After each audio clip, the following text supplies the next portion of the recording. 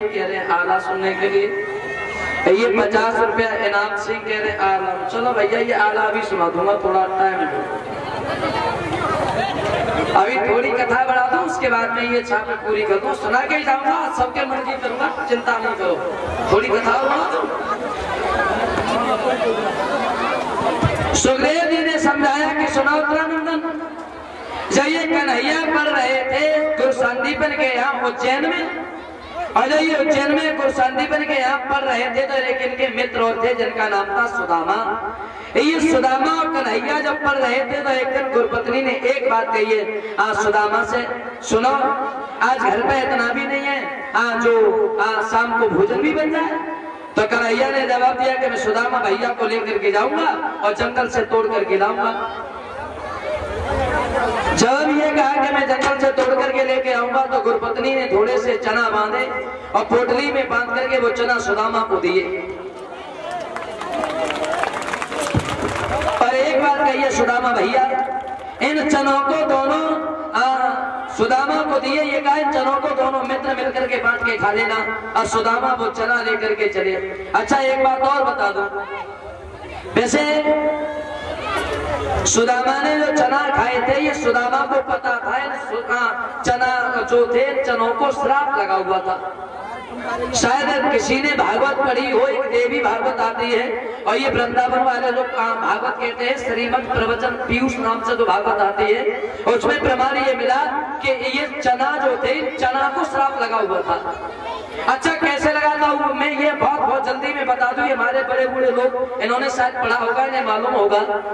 देखो एक बार वो संदीपन के यहाँ ये दुर्वासा ऋषि गए थे और दुर्वासा ऋषि गए, उन्होंने जाके कहा कि हमें गुरु संदीपन की पत्नी से कि हमें थोड़ा भोजन दे दो, भूख लगी।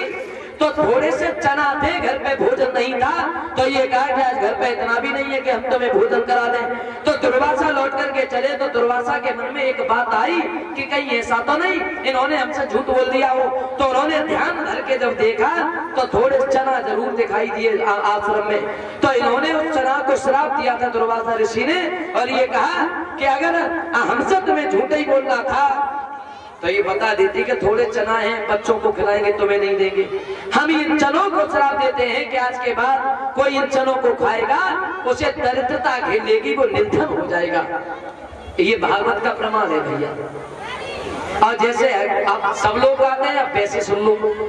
तो जब ये गए हैं अब लकड़ी लेने के लिए तो सुदामा और कन्हैया जब गए तो कन्हैया पेड़ पर करके लकड़ियां काटने लगे तो देखो भगवान की माया, अरे लकड़ी लाने में इन्हें तनिका हो गई था।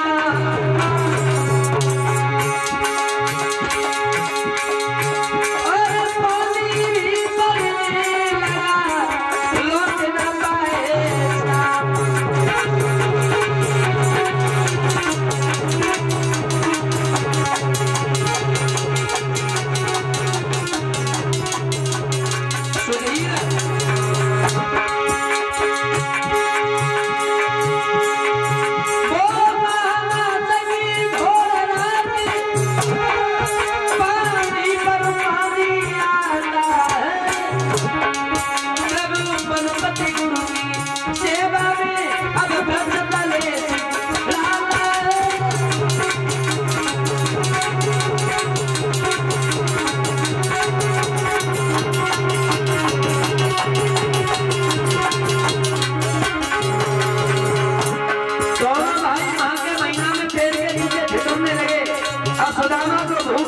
सुदामा ने वो चना निकाले।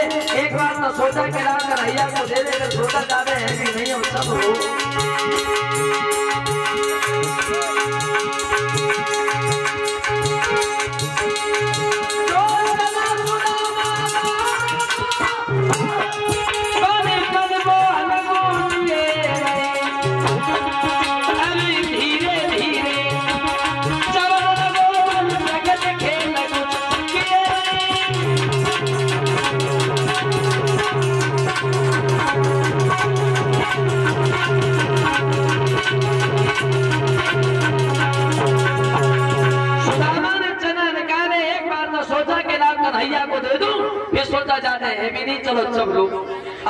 सुदामा चबने लगे और देखो चना कोई ऐसी चीज तो है नहीं जो हम खा ले, पड़ोस में इंसान बैठा हो उसे नहीं मालूम पड़े।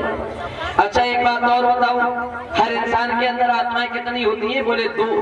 एक होती है चेतना, एक होती है उपचेतना। तुमने कभी अंदाजा किया हो, तुम कोई गलत काम करने जाओ तो दिमाग में एक बार झटका जरूर लगता है, बोले छोड़ो नहीं करो गलत काम है, बाद में अरे कर डालो होगा वो देखा जाएगा। तो जब सुदामा ने वो चना चबे तो कन्हैया ने एक बात कही, भैया सुदामा कि मोहन ने कट कट शब्द सुना, बोले भैया क्या खाता है कस होए तो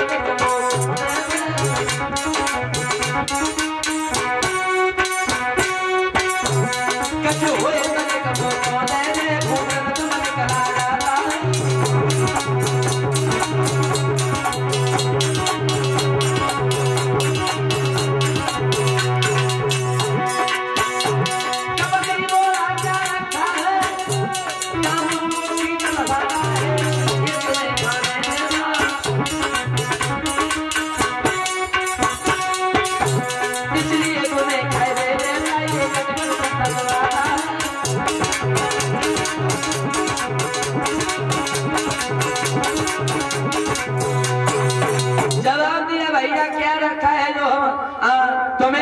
ठंड की वजह से दांत नहीं बज रही, इसलिए तुम लग रहा है कि मैं कुछ खा रहा हूँ।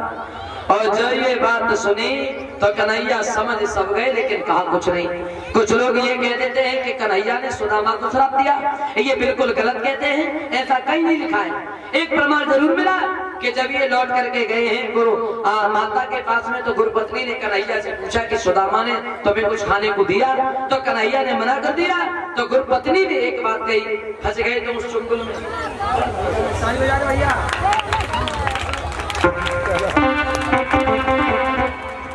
फंस गए तुम उस चुंगल में। जो गुर से कपट करता है, मित्र से चोरी करता है, या तो कुछ रोग होता है या वो कोड़ी बनता है।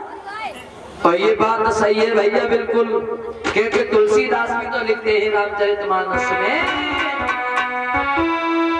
कि गुरु से कपट और मित्र से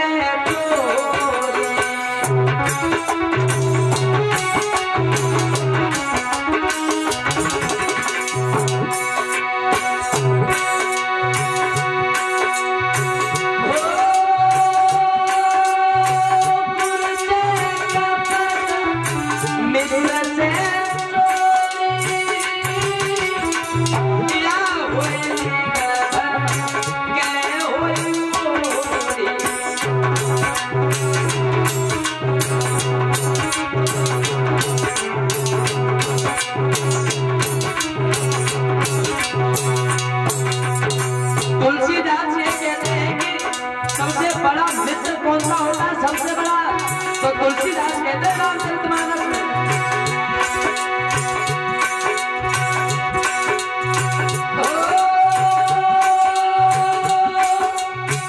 अपना सुख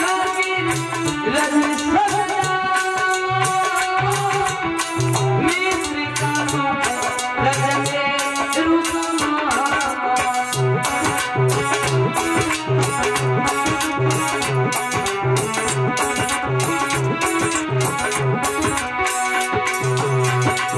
तुलसीदास ये कहते हैं जिंदगी में चार आदमी कांटे के समान होते हैं, कांटे के समान। कौन कौन से? तो तुलसीदास बोले